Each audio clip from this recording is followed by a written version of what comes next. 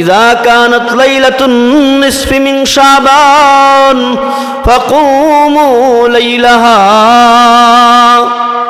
নবীজি বলেন, যখন শাবানের মধ্য রজনী অর্থাৎ 14 তারিখ দিবাগত রজনী আসবে, যেটাকে আমরা শবে বরাত বলে চিনি, তখন পয়গম্বর বলেন, ও মায়ের উম্মত কুমু লাইলাহা, রাত্রি জেগে ইবাদত করবে। কিভাবে? রাত্রি জেগে ইবাদত করবে, রাত্রি জেগে ইবাদত করবে। রব্বুল আলামিনের কাছে দোয়া প্রার্থনা করা এই রাতের গুরুত্বপূর্ণ আমল। রাত জেগে আমল করার মধ্যে অন্যতম এবং গুরুত্বপূর্ণ আমল হলো আল্লাহর কাছে দোয়া চাওয়া। যেহেতু আল্লাহ রব্বুল আলামিনের রহমত হাতছানি দিয়ে আমাদেরকে ডাকে, এই জন্য আল্লাহর কাছে আমরা রহমত কামনা করব, দোয়া কামনা করব। এই বর্জনীয় আমল কি? এই রাতে বর্জনীয় আমল হলো সবচেয়ে বড় যেই দুই জিনিস, হাদিস শরীফের মধ্যে আসছে, ইন্নাল্লাহ তাআলা লা ইয়াত্তালিউ ইলা খালকিহি, আল্লাহ রাব্বুল আলামিন এই রাতে বান্দাদের মধ্যে আসেন, মাখলুকের মধ্যে আসেন। ফায়াগফিরু লিজামি খালকিহি, আল্লাহ ঈশা তার সমস্ত মাখলুকাতকে মাফ করে দেন, ইল্লা লিমুশরিকিন ওয়া মুশাহিন। দুই শ্রেণীর লোককে এই রিওয়ায়াতের মধ্যে আসছে, দুই শ্রেণীর লোককে আল্লাহ ক্ষমা করেন না। এক শ্রেণীর হলো মুশরিককে আল্লাহ ক্ষমা করেন না, দুই নম্বর হিংসুককে আল্লাহ ক্ষমা করে না। হিংসা কত মারাত্মক বিধি, লক্ষ্য করুন, হিংসুককে আল্লাহ ক্ষমা করে না। বর্জনীয় আমল এই রাত উপলক্ষে আগের দিন থেকে চলে আসছে, অনেক মানুষ এটা করে, হালুয়া মিষ্টির আয়োজন করে। কোনা এটা শিয়াদের একটা কৃষ্টি কালচার। শিয়াদের দ্বাদশ নেতা ইমাম গায়েবীর জন্ম এই দিনে, তাই তারা এই দিনে হালুয়া মিষ্টি পাকাইতো, তারা দিবস উদযাপন করত। এই দিনকে লক্ষ্য করে এই জন্মটা ছিল তার 14 শাবান। শিয়ার নেতার জন্ম 14 শাবান, তার নেতার জন্মদিন পালন করবে শিয়া অবলম্বী যারা আছে তারা। তাহলে আমরা লাইলাতুন নিসফি মিন শাবান পালন করব, রাত জেগে ইবাদত করব। আমরা কেন হালুয়া মিষ্টি পাকাবো? কয়টা বর্জনীয় আমল। এই রাতে হালুয়া মিষ্টির ব্যবস্থা করার কোনোই প্রয়োজন নাই এবং এটা বেদাত, বর্জনীয় আমল, গুনাহ হবে। পয়গম্বর বলেন, ও মায়ের উম্মত কুমু লাইলাহা, রাত্রি জেগে ইবাদত করবে। কিভাবে? রাত্রি জেগে ইবাদত করবে, রাত্রি জেগে ইবাদত করবে। এক নম্বর আমল বললাম কবর জিয়ারত করা, দুই নম্বর আমল বললাম রাত্রি জেগে ইবাদত। রাত্রি জেগে ইবাদতের মধ্যে কিয়ামুল লাইল, নফল নামাজ, জিকির, আজকার, দোয়া, ইস্তিগফার। মুহতারাম হাজিরিন, আজকে লাইলাতুন নিসফি মিন শাবান, রমাদানুল মুবারকের আগের যে মাস, শাবান মাসের 14 তারিখ, এদিকে ইংরেজি ফেব্রুয়ারিরও 14 তারিখ। তো এই দিন মুসলমানদের জন্য দিবাগত রাত যেটা আসছে অত্যন্ত দামি রাত। অপরদিকে যারা বিজাতীয় কৃষ্টি কালচার নিয়ে নাচানাচি করে, তাদের জন্য ভালোবাসার দিবস। মুসলমানের অন্তরের ভিতরে ভালোবাসা, যার জন্য যেইটুকু ভালোবাসা, যার জন্য যেই পরিমাণ ভালোবাসা, সেই পরিমাণ ভালোবাসা সেটা 12 মাস থাকবে। বাবার জন্য যেই ভালোবাসা, মায়ের জন্য যেই ভালোবাসা, আমাদের পিয়ারা নবী সাল্লাল্লাহু আলাইহি ওয়াসাল্লামের জন্য যেই ভালোবাসা, এটা মুমিনের অন্তরে পুরা সময়, কোনো নির্দিষ্ট দিন নয়, সব সময় থাকবে। শুধু একদিনেই ভালোবাসা এজাহার করব প্রিয়জনকে, বাকি দিন ভালোবাসা থাকবে না। এটা ইসলামিক কৃষ্টি কালচার বা ইসলামী আদর্শ নয়। এজন্য আমাদের সন্তানদেরকে আমরাই এই বিজাতীয় কৃষ্টি কালচার থেকে, যেগুলো কুসংস্কার হিসাবে ধরা যায়, এই কুসংস্কার থেকে আমাদের সন্তানদেরকে আমরা ফিরিয়ে আনতে হবে। অবশ্যই উম্মতে মুসলিমার জন্য আজকে দিবাগত যে রজনী আসছে 14 তারিখ রজনীকে আমরা জানি শবে বরত,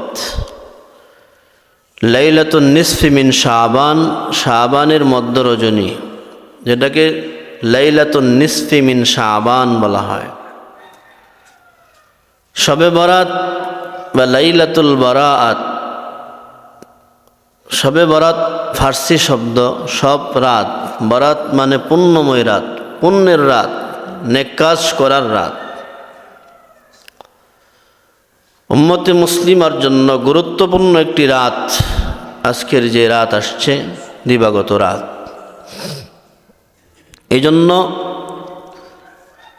লাইলাতুন নিসফি মিন শাবান বলি, আর শবে বরাত বলি, লাইলাতুল বরাত বলি। এই রাতের সবুত একাধিক হাদিস দ্বারা বর্ণিত হয়েছে, প্রমাণ রয়েছে। এই রাত নিয়ে একদল আছে বেশি বাড়াবাড়ি করে, আরেক দল আছে ছাড়াছাড়ি করে। ছাড়াছাড়ি যারা বলে শবে বরাত বলতে কোনো রাত নাই, আমল নাই, একদল। সাধারণ পাবলিক থেকে নিয়ে আলেম সমাজ পর্যন্ত শবে বরাতের কোনো আমল নাই। আরেক দল বাড়াবাড়ি, এই রাতে আতশবাজি, হালুয়া, মিষ্টি, মানে আনন্দ উল্লাসের মাধ্যমে উদযাপন করে, এটা বাড়াবাড়ি। তাহলে আমাদেরকে লাইলাতুল বারাত বুঝতে হবে বাড়াবাড়ি এবং ছাড়াছাড়ির মাঝামাঝি। বাড়াবাড়িও নয়, ছাড়াছাড়িও নয়। বাড়াবাড়ি আর ছাড়াছাড়ির কবল থেকে আমাদেরকে কী বের হয়ে আসতে হবে। তাই এই রাতের সবুত একাধিক হাদিসের মাধ্যমে আছে। ভাগ্যের রজনীও বলা হয়। আগামী 1 বৎসর পর্যন্ত সময়ের মানুষ সে কি করবে না করবে, আগামী 1 বৎসরের ভিতর তার কোন দিন ওফাত হয়ে যাবে, সে কি খাবে না খাবে, এই 1 বৎসরের বাজেট আল্লাহ তাআলা 4 জন স্পেশাল ফেরেশতার সান্নিধ্যে এটা পেশ করেন। এই রজনী পুণ্যের রজনী, এই রজনী বলা হয় ভাগ্য নির্ধারণের রজনী। নির্ধারণ বলতে নির্ধারিত ভাগ্যটা আল্লাহ তাআলা 1 বৎসরের জন্য ফেরেশতাদের হাতে অর্পণ করে দিবেন। এই রাত অত্যন্ত গুরুত্বপূর্ণ রজনী। পেয়ারা হাবিব সাল্লাল্লাহু আলাইহি ওয়াসাল্লাম এই রাতে অত্যাধিক গুরুত্ব দিয়েছেন। তাহলে আমরা জানব এই রাতের করণীয় কি, এই শবে বরাত উপলক্ষে, লাইলাতুন নিসফি মিন শাবানের উপলক্ষে করণীয় কি, বর্জনীয় কি। এই রাতে 3টা আমলের কথা হাদিসের আলোকে বর্ণিত আছে, প্রমাণিত আছে। এই 3টা আমল নবী করিম সাল্লাল্লাহু আলাইহি ওয়াসাল্লাম শবে বরাত উপলক্ষে করতেন। ছাড়াছাড়ি করা যাবে না, বাড়াবাড়িও করা যাবে না। 3টা আমল পেয়ারা হাবিব সাল্লাল্লাহু আলাইহি ওয়াসাল্লাম যেইভাবে করেছেন সেইভাবে উম্মত করবে। 1 নম্বর, এই রাতে ডাকাডাকি ছাড়া নিজে গিয়ে একা একা গিয়ে কবর জিয়ারত করা। মাকবারার মধ্যে, গোরস্থানের মধ্যে আমার আপনজন সহ যারা শহীদ আছেন সকলের জন্য দোয়া করা, ক্ষমা প্রার্থনা করা, এটা গুরুত্বপূর্ণ একটা আমল। নবীজি এমনটা করেছেন। হাদিস শরীফের মধ্যে আসছে, আম্মা জান আয়েশা রাদিয়াল্লাহু তাআলা আনহা বর্ণনা করেন, সরকারে দো আলম নবীর একাধিক স্ত্রী ছিলেন। পালা বন্টন করে একদিন এক একজনের কাছে এরকমভাবে নবীজি রাত যাপন করতেন। আম্মা জান আয়েশা সিদ্দিকা রাদিয়াল্লাহু তাআলা আনহা বলেন, লাইলাতুন নিসফি মিন শাবান, একদা শবে বরাতের যে এই রাতটা আছে, এই রাতে নবীজির পালা পড়েছে আমার গড়ে, আমার কামরায় নবীজির ডেট, আমার সাথে আজকে রাত যাপন করবেন। নবীজি বাসায় আসলেন। বাসায় এসে জামা কাপড়গুলো খুললেন, কিছুক্ষণের মধ্যে আবার জামা কাপড়গুলো পরে নিলেন। পরে নবীজি বের হয়ে চলে গেলেন। আমি এদিকে সতীন থাকলে মানুষের মনের মধ্যে যেরকম ভয় আর খটকা কাজ করে, আমার ভিতরে এমন খটকা কাজ করা শুরু করলো, রে নবীজি কি অন্য স্ত্রীর ঘরে চলে গেল কিনা। আম্মা জান আয়েশা বলেন, আমি কিছুক্ষণ অপেক্ষা করে আমি বের হলাম, সকলের ঘর আমি তল্লাশি করলাম, দেখলাম নবীজি কারো ঘরে নাই। যারা মক্কা মদিনায় গিয়েছেন, মক্কাতুল মুকাররমায় কুরাইশ বংশের প্রাচীনতম একটা গুরুস্থানের নাম জান্নাতুল মুআল্লা, আর মদিনাতুল মুনাওয়ারায় মদিনার সবচেয়ে প্রাচীন এবং ঐতিহাসিক গুরুস্থানের নাম জান্নাতুল বাকি। আম্মা জান আয়েশা কোনো বিবির ঘরে পয়গম্বরকে না পেয়ে তিনি বের হয়ে গেলেন। নবীজি কোথায় চলে গেলেন? মধ্য রজনীতে নবীজি আমার ঘরে থাকার কথা, ঘরে নাই, সতীনদের ঘরেও নাই। পয়গম্বরের তল্লাশে চলে গেলেন মসজিদ থেকে বের হয়ে, যেখানে নবীজির রওজাটা, এটাই ছিলেন আম্মা জান আয়েশার কামরা। এই ঘরে নবীজি ওই রাত্রি যাপন করার কথা। বের হয়ে চলে গেলেন পশ্চিম উত্তর কোণে জান্নাতুল বাকির দিকে। নবীজি প্রায় সময় কবর জিয়ারত করতে যান। জান্নাতুল বাকির পানে যখন আম্মা জান আয়েশা যান, গিয়ে দেখেন নবীজি জান্নাতুল বাকির পানে দাঁড়ায় অশ্রুসিক্ত কণ্ঠে কান্না করে করে উম্মতে মুসলিমার জন্য দোয়া করতেছে। সুবহানাল্লাহ। নবীজি দোয়া করতেছে, ক্ষমা প্রার্থনা করতেছে। আম্মা জান আয়েশা তাড়াতাড়ি করে চলে আসলেন। তিনি বলেন, আমি এসে হাঁপাইতেছিলাম, তাড়াতাড়ি আসলাম। দোয়া শেষ আনতে পয়গম্বর চলে আসলেন। আসার পর নবীজি লক্ষ্য করলেন আমি হাঁপাচ্ছি। আম্মা জান আয়েশা বলেন, পেয়ারা হাবিব আমাকে জিজ্ঞাসা করলেন, আয়েশা তুমি হাঁপাচ্ছ কেন? তখন ঘটনা আমি খুলে বললাম, হুজুর আপনি যখন চলে গেলেন আমার এই অবস্থা, আমার মনের অবস্থা এই ছিল। আমি খুঁজতে গিয়েছিলাম, আমি আপনাকে খুঁজতে গিয়েছিলাম। সরকারে দো আলম নবী বলেন, আয়েশা তোমার কি মনে হয় আমি তোমার উপর জুলুম করব, তোমার হক অন্যকে দিয়ে দিব?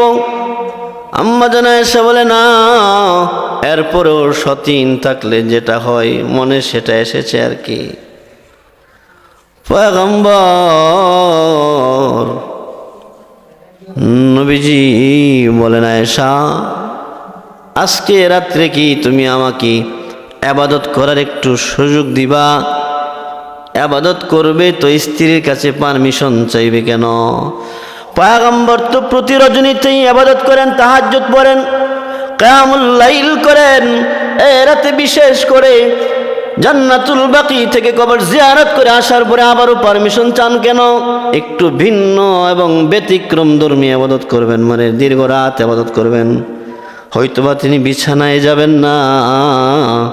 আর এই রাত্রটা তো আম্মা জান আয়েশার রাত, এই জন্য তার সাথে একটু নফল ইবাদতের জন্য তার পারমিশন লাগবে। নবীজি তার সাথে একটু বোঝাপড়া করলেন। আম্মা জান আয়েশা বলেন, ইয়া রাসূলুল্লাহ, ইয়া হাবিবাল্লাহ, আপনি আমল করুন। নবীজি আমল করা লাগলেন, আমল করতে আরম্ভ করলেন। সিজদায় পড়ে গেলেন। সিজদা থেকে নবীজি আর মাথা উঠান না, আর নড়েন না পয়গম্বর। আম্মা জান আয়েশা মনে মনে আতঙ্কিত হয়ে যায়।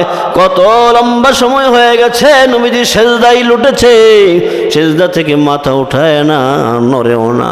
কি ব্যাপার, নবীজি কি নাই নাকি, মারা গেলেন নাকি? আম্মা জান আয়েশা বলেন, আমি পরীক্ষা করার জন্য নবীজির পায়ের তালুর মধ্যে হাত লাগাইলাম, খোঁচা মারলাম, দেখি নবীজি নড়ে উঠলেন। তখন আমি নিশ্চিত হলাম নবীজি বেঁচে আছেন। আল্লাহু আকবার। আমলের অবস্থা, শবে বরাতের আমলের অবস্থা। তাহলে 1 নম্বর আমল পাইলাম, জামাতের সাথে ডেকে ডেকে নয়, একা একই আমি আমার স্বজন এবং মুসলিম উম্মার কবর জিয়ারত করার জন্য চলে যাব, 1 নম্বর আমল। পয়গম্বর বলেন 2 নম্বর আমল, ইযা কানাত লাইলাতুন নিসফি মিন শাবান ফাকুমু লাইলাহা। নবীজি বলেন যখন শাবানের মধ্য রজনী অর্থাৎ 14 তারিখ দিবাগত রজনী আসবে, যেটাকে আমরা শবে বরাত বলে চিনি, তখন পয়গম্বর বলেন ও মায়ের উম্মত কুমু লাইলাহা, রাত্রি জেগে ইবাদত করবে। কিভাবে? রাত্রি জেগে ইবাদত করবে, রাত্রি জেগে ইবাদত করবে। 1 নম্বর আমল বললাম কবর জিয়ারত করা, 2 নম্বর আমল বললাম রাত্রি জেগে ইবাদত। রাত্রি জেগে ইবাদতের মধ্যে কিয়ামুল লাইল, নফল নামাজ, জিকির, আজকার, দোয়া, ইস্তিগফার। রাতে পয়গম্বরকে আল্লাহ রাব্বুল আলামিন ডেকে কিছু সুসংবাদ শোনান। কিভাবে? পয়গম্বরকে ফেরেশতা জিবরাইল আমিন বললেন, ওগো পয়গম্বর উপরের দিকে তাকান। নবীজি দেখতে পান জান্নাতের একটা দরজায়, প্রথম দরওয়াজায়, জান্নাতের প্রথম দরওয়াজায় থেকে এক লোক, এক ফেরেশতা সুসংবাদ দিচ্ছে। তাদের জন্য সুসংবাদ যারা এই রজনীতে রুকুরত অবস্থায় আছে, তাদের জন্য সুসংবাদ। সুবহানাল্লাহ। দ্বিতীয় দরজায় আরেকজন ডেকে ডেকে বলেন, ও পয়গম্বর, আজকের এই রজনীতে যারা সেজদা রত আছে, সেজদায় রত আছে, তাদের জন্য সুসংবাদ। এরকম ভাবে তৃতীয় দরজায় আরেকজন অবস্থান করে ফেরেশতা ডেকে ডেকে বলে, আজকে রজনীতে যারা দোয়ায় মগ্ন আছে, তাদের জন্য সুসংবাদ। 4 নম্বর দরওয়াজায় আরেকজন ডাইকা ডেকে বলে, ও পয়গম্বর, আজকে রজনীতে যারা জিকিরে মগ্ন আছে, তাদের জন্য সুসংবাদ। 5 নম্বর দরওয়াজা, জান্নাতের 8টা দরওয়াজা আছে না নাই? 5 নম্বর দরওয়াজায় থেকে আরেকজন ফেরেশতা সুসংবাদ দেয়, আজকে রজনীতে, পূর্ণময় রজনীতে যারা আল্লাহর ভয়ে রোনাজারিতে মগ্ন আছে, কান্না করতেছে, তাদের জন্য আজকে সুসংবাদ। 6 নম্বর দরওয়াজায় আরেক ফেরেশতা ডেকে ডেকে বলে, ওগো বিশ্বনবী, আজকের রজনীতে সমস্ত মুসলমানের জন্য সুসংবাদ, সমস্ত মুসলমানের জন্য সুসংবাদ। 7 নম্বর দরওয়াজায় আরেকজন ফেরেশতা বলে, যারা আল্লাহর কাছে আজকে বেশি বেশি চাইবে, তাদের জন্য সুসংবাদ। 8 নম্বর দরওয়াজার ফেরেশতা বলে, ওগো বিশ্বনবী, আল্লাহর কাছে আজকে যারা ক্ষমা চাইবে, আল্লাহ তাদেরকে ক্ষমা করে দিবে। তবে স্পেশাল দল লোক থাকবে, এমন লক্ষ লক্ষ কোটি কোটি লোক থাকবে রজনীতে, আল্লাহ রাব্বুল আলামিন তাদেরকে একবারে ক্ষমা করে দিবে। সুবহানাল্লাহ। তাদের বিনা দরখাস্তে ক্ষমা করে দিবে। বনি কালব গোত্রের যে গণম বকরি আছে, বকরির শরীরে যত পশম আছে, ওই পশমের সম পরিমাণ লোককে আল্লাহ তাআলা বিনা হিসাবে ক্ষমা করে দিবে।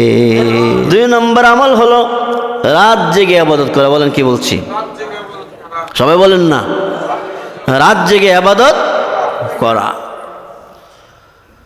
3 নম্বর গুরুত্বপূর্ণ আমল, পয়গম্বর বলেন, ওয়াসুমু নাহারাহা। 1 নম্বর আমল গেল একা একই কবর জিয়ারত করা।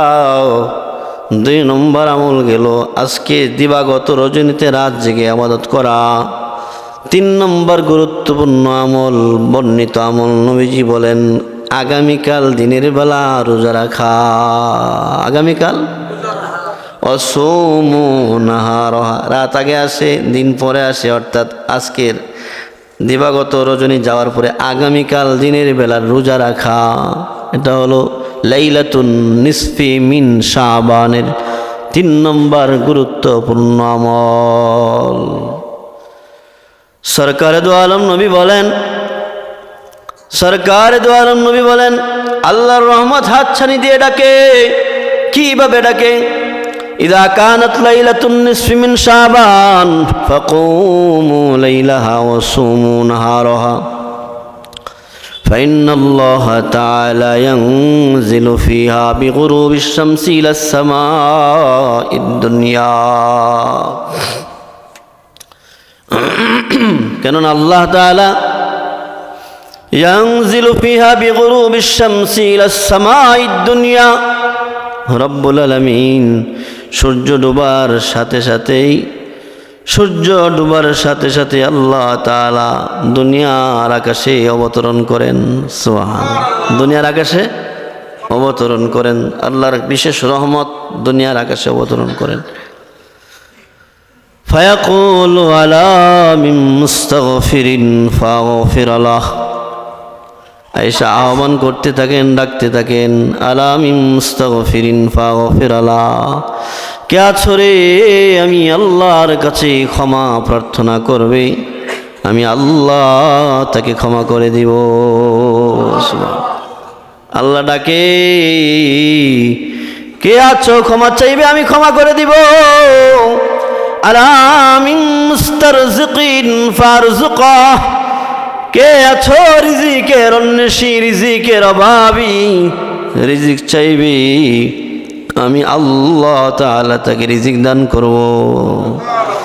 আলা মিন মুবতালান ফাউআফিয়াহু, কে আছো রে বিভিন্ন প্যারায় আক্রান্ত, বিধিতে আক্রান্ত, দুর্দশাগ্রস্ত, ফাউআফিয়াহু, আমি তাকে মুক্তি দিব, শিফা দান করব, আরোগ্য দান করব। আলা কাযা আলা কাযা, কে আছো বিভিন্ন মুসিবত থেকে উত্তরণের পথ তালাশ করতেছো, আমি মুসিবত থেকে উত্তরণ করে দিব। এইভাবে কোন পর্যন্ত ডাকেন? পয়গম্বর বলেন হাত্তা ইয়াতলু আল ফাজর, সবে সাদিক হওয়া পর্যন্ত, সাহারির সময় আসা পর্যন্ত, সময় শেষ হওয়া পর্যন্ত এইভাবে রব্বুল আলামিনের রহমত হাতছানি দিয়ে বান্দাদেরকে আহ্বান করতে থাকে। সুবহানাল্লাহ। এই খুদায়ে পাকে রহমান রহিম, কাজিয়ে হাজাত ওয়াহাব করিম, हर घड़ी देने के तो तैयार है, जो न मांगे उससे तो बेजार है।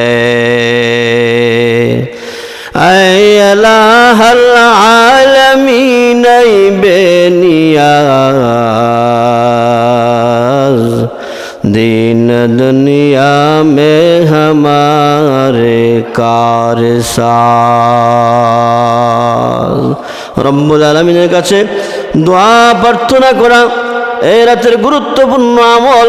রাত জেগে আমল করার মধ্যে অন্যতম এবং গুরুত্বপূর্ণ আমল হলো আল্লাহর কাছে দোয়া চাওয়া।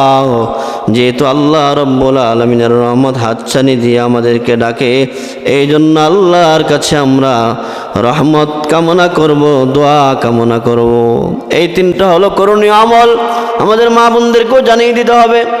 মা বোনদের তো কবর জিয়ারত নাই, কবর জিয়ারতে যাবে না, রাত জেগে আবাদত করবে, নফল নামাজ 2 রাকাত করে স্বাভাবিকভাবে পড়বে। কত রাকাত, কি নিয়মে, কোনো নিয়ম নাই, আগের নিয়মে, ওই মানে নফল নামাজ যেই নিয়মে সেই নিয়মে। আর আগামীকাল রোজা রাখবে, এই আমলটা জানায় দিব, নিজেরাও করবো ইনশাল্লাহ। করবো তো? বর্জনীয় আমল কি?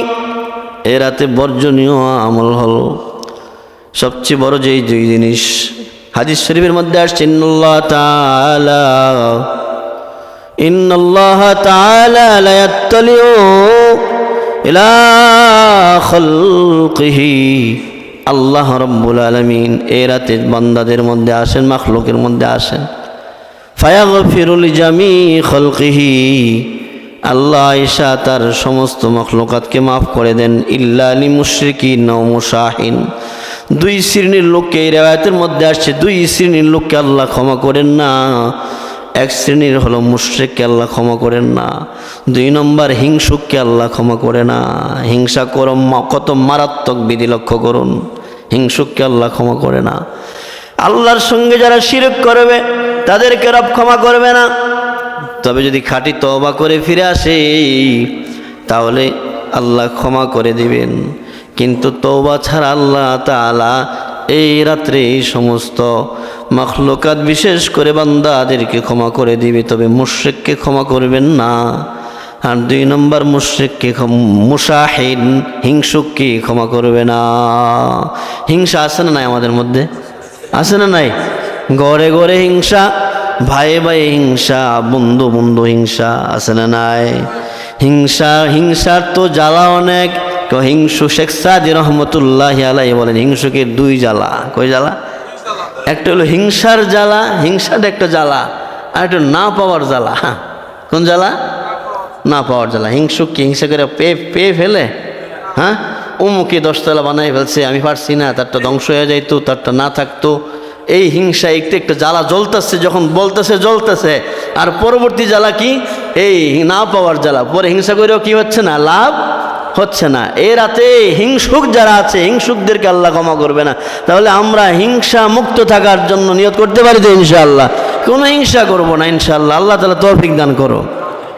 বর্জনীয় আমল এই রাত উপলক্ষে আগের দিন থেকে চলে আসছে। অনেক মানুষ এটা করে হালুয়া মিষ্টির আয়োজন করে। কোনা এটা শিয়াদের একটা কৃষ্টি কালচার। শিয়াদের দ্বাদশ নেতা ইমাম গায়েবীর জন্ম এই দিনে, তাই তারা এই দিনে হালুয়া মিষ্টি পাকাইতো, তারা দিবস উদযাপন করত। এই দিনকে লক্ষ্য করে এই জন্মটা ছিল তার 14ই শাবান। শিয়ার নেতার জন্ম 14ই শাবান, তার নেতার জন্মদিন পালন করবে শিয়া অবলম্বী যারা আছে তারা। তাহলে আমরা লাইলাতুন নিসফি মিন শাবান পালন করব, রাত জেগে ইবাদত করব। আমরা কেন হালুয়া মিষ্টি পাকাবো? কয়টা বর্জনীয় আমল। এই রাতে হালুয়া মিষ্টির ব্যবস্থা করার কোনোই প্রয়োজন নাই এবং এটা বেদাত, বর্জনীয় আমল, গুনাহ হবে। আতশবাজি, বটকাবাজি, অপচয় করা, এগুলার নামে অপচয় করা, এগুলা বর্জনীয় আমল। এগুলা মুসলমানদের ধর্মীয় উৎসব এইভাবে পালন হয় না। মুসলমানের ধর্মীয় উৎসব কেন, শুধু সামাজিক উৎসব হোক না কেন, বিয়ে শাদী, মুসলমান ইত্যাদি যা কিছু বলেন, এগুলোর মধ্যে আজকাল যে আনন্দ করা হয়, ডেকসিট বাজানো হয়, পটকা ফোটানো হয়, আতশবাজি জ্বালানো হয়, হয় কি হয় না? আর ইবাদতের গুরুত্বপূর্ণ একটা রজনী লাইলাতুন নিসফি মিন শাবানের মধ্যে পয়গম্বরের সুন্নাত থেকে আমরা জানলাম কেবল রাত জেগে ইবাদত করবে। এই রাতে অনেক মসজিদে দেখা যায় লম্বা সময় 1 ঘন্টা 2 ঘন্টা বয়ান হয়। তাইলে এই রাত্রে কি আমল করতে হবে আমরা এখন জানলাম কি না? তাহলে আবার আজকে রাত্রে 1 ঘন্টা বয়ানের প্রয়োজন আছে না নাই? কোনো প্রয়োজন নাই। এরপর একটা রসম হয়ে গেছে, এই বয়ানেরও কোনো প্রয়োজন নাই। আজকে রাত কিভাবে কাটাবো এটা কিন্তু আমরা বলেই দিয়েছি। আবার রাতে বয়ানের কোনো প্রয়োজন নাই। রাতে কিসের রাত? লাইলাতুন নিসফি মিন শাবান, এটা হলো ইবাদতে কাটাইবার রাত। লিয়াগফির লাকাল্লাহু মা তাকদ্দামা মিন যামবিকা ওয়া মা তাআখার। আল্লাহর পয়গম্বরের আগেও কোনো গুনাহ নাই, পরেও কোনো গুনাহ নাই। এমন পয়গম্বর লাইলাতুল বারাত, লাইলাতুন নিসফি মিন শাবান ঘরে বসে রয় নাই, জান্নাতুল বাকিতে চলে যায়। সেখান থেকে আসার পরেও প্রিয়তমা স্ত্রী আম্মা জান আয়েশার কাছ থেকে পারমিশন নিয়ে সিজদায় পড়ে যায়, সারা রাত ভর আল্লাহর কাছে ইবাদত করেছে। আর আমার আপনার গুনার তো কোনো কিলকুল কিনারায় নাই। তাহলে আমরা এই মহিমান্বিত গুরুত্বপূর্ণ রজনীটাকে আমলে কাটাইতে রাজি আছিনি সবাই? আল্লাহ তাআলা আমাদের সকলকে কবুল করুক। সকলে বলে আমিন। ওয়া আখিরু দাওয়ানা আলহামদুলিল্লাহি রাব্বিল আলামিন।